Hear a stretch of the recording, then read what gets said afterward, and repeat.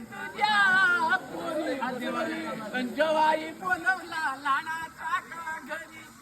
जवयासाठी केली मापुरणाची कापुरी शेवया बोलवलं बाई जवयासाठी भात ताकाची बोलवलं बाई जवयासाठी कढी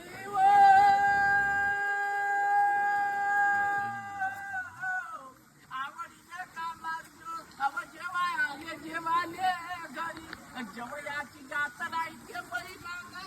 करी जवयाच्या जातीले जीव लावतं परान करी स्वतःच्या पोरा एवढी सर अव नाही करणार जवाई